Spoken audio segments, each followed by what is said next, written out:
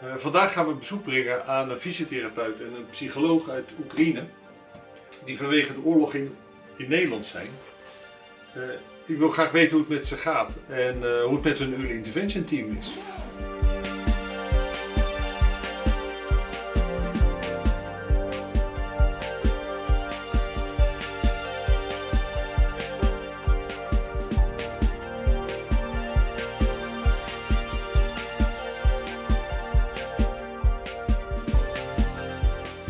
Early intervention is een beproefde methode die ontwikkelingsproblemen bij jonge kinderen effectief aanpakt.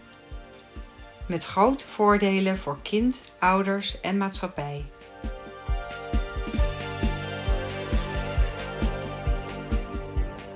Early intervention is een reactie op de klassieke manier van werken. Bij de klassieke aanpak ligt de nadruk op een medisch-technische benadering. Het kind wordt door afzonderlijke specialisten behandeld en de ouders staan aan de zijlijn. Bij early intervention worden ouders en verzorgers van kinderen met ontwikkelingsproblemen ondersteund. Diverse specialisten werken samen in teamverband met de ouders. Dit gebeurt in de eigen omgeving van het kind, zodat het zich optimaal kan ontwikkelen.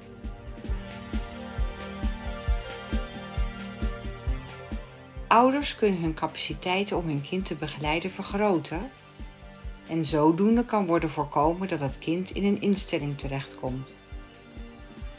De sociale kansen van het kind worden daarmee vergroot, zodat het beter in staat is deel te nemen aan de samenleving.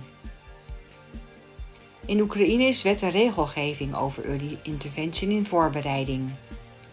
Het zal onderdeel worden van het nationale zorgsysteem.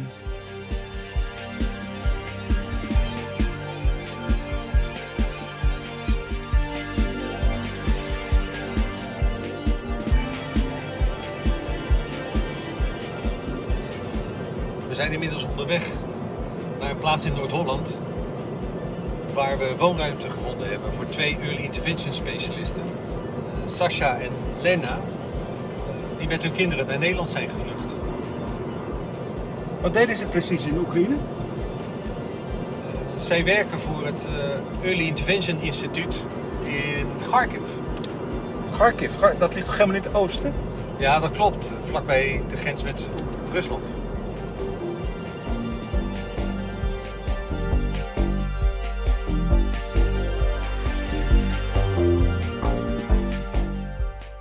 Sinds 2001 heeft het Early Intervention Instituut in Kharkiv honderden kinderen geholpen bij het maken van een goede start. En zelfs nadat oprichter en directeur Anna Kukuruza evenals haar team moest vluchten, weet zij de zaak draaiende te houden.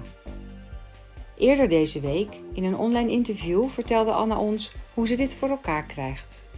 Hello Anna, I'm really glad to see you today. You're in Lviv now, you're originally from Kharkiv, you had to flee.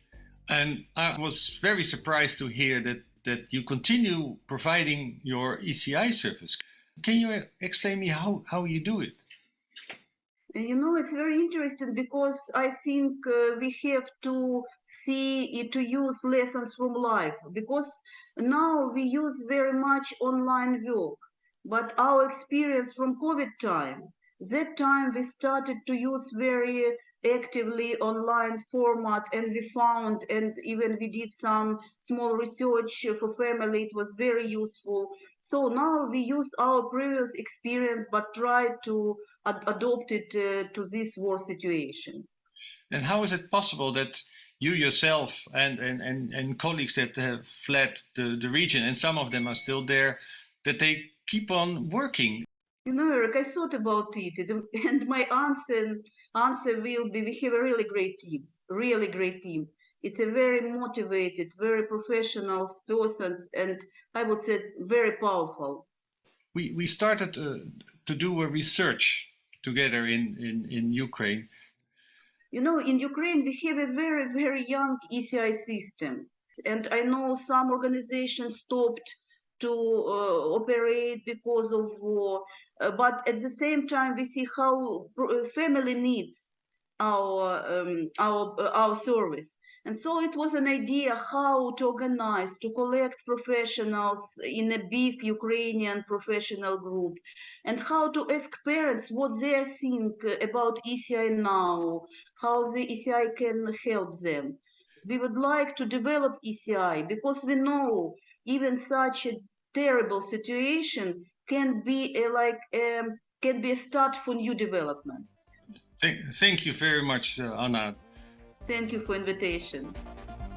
We zijn aangekomen bij de voormalige pastorie, waar Lena en Sasha tijdelijk wonen. Can you please tell us what happened to you and your families nearly 3 months ago? At 24th of February at 5 in the morning, we woke up from big explosions and understood that war began, and we wanted to leave Kharkiv, but in the next time we heard air alarm and went to the shelter when we have been 1 week with my husband, with my 2-year-old son and my mother. In this morning, this terrible morning, my children came to me in my bed and said that bomb to begin.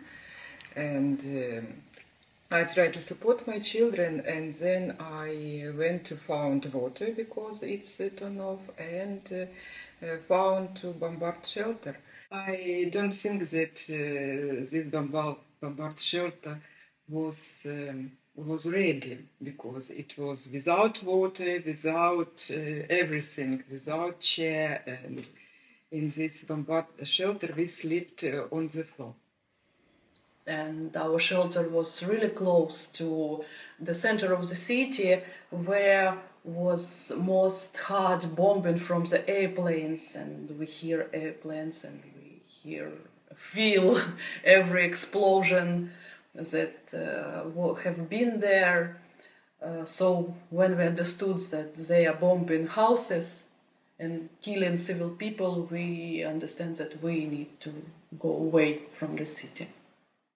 And one night we decided to stay in house because it's very hot. Nobody sleep in bombard shelter, and we saw very hot gun and on built shake, and we decided that we must go away. We found way. We used evacuation train. It was terrible because I was afraid that I can lost my children, and I passed out in one moment. But we did it. Are you still in contact with the families you worked with in Kharkiv? Yeah, I have contact with some families, and we connect with them in Zoom or in WhatsApp or in different with the different kind of video.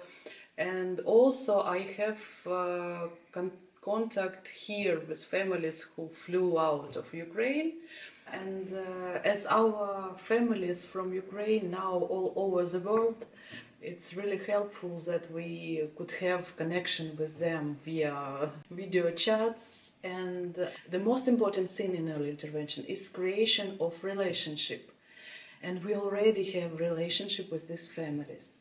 So we meet with them, not like specialists and clients now.